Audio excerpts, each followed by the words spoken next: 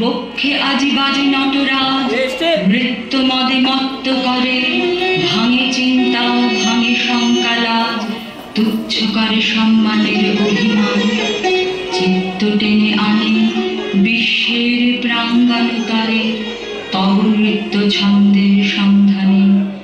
নটরাজ আমি তব কবি শিষ্য, নাটের অঙ্গনে তব মুক্তি মন্ত্র লব। তোমার তাণ্ডব তালে কর্মের বন্ধন গ্রন্থিগুলি ছন্দ বেগে স্পন্দমান, পাকে পাকে সত্য যাবে খুলি।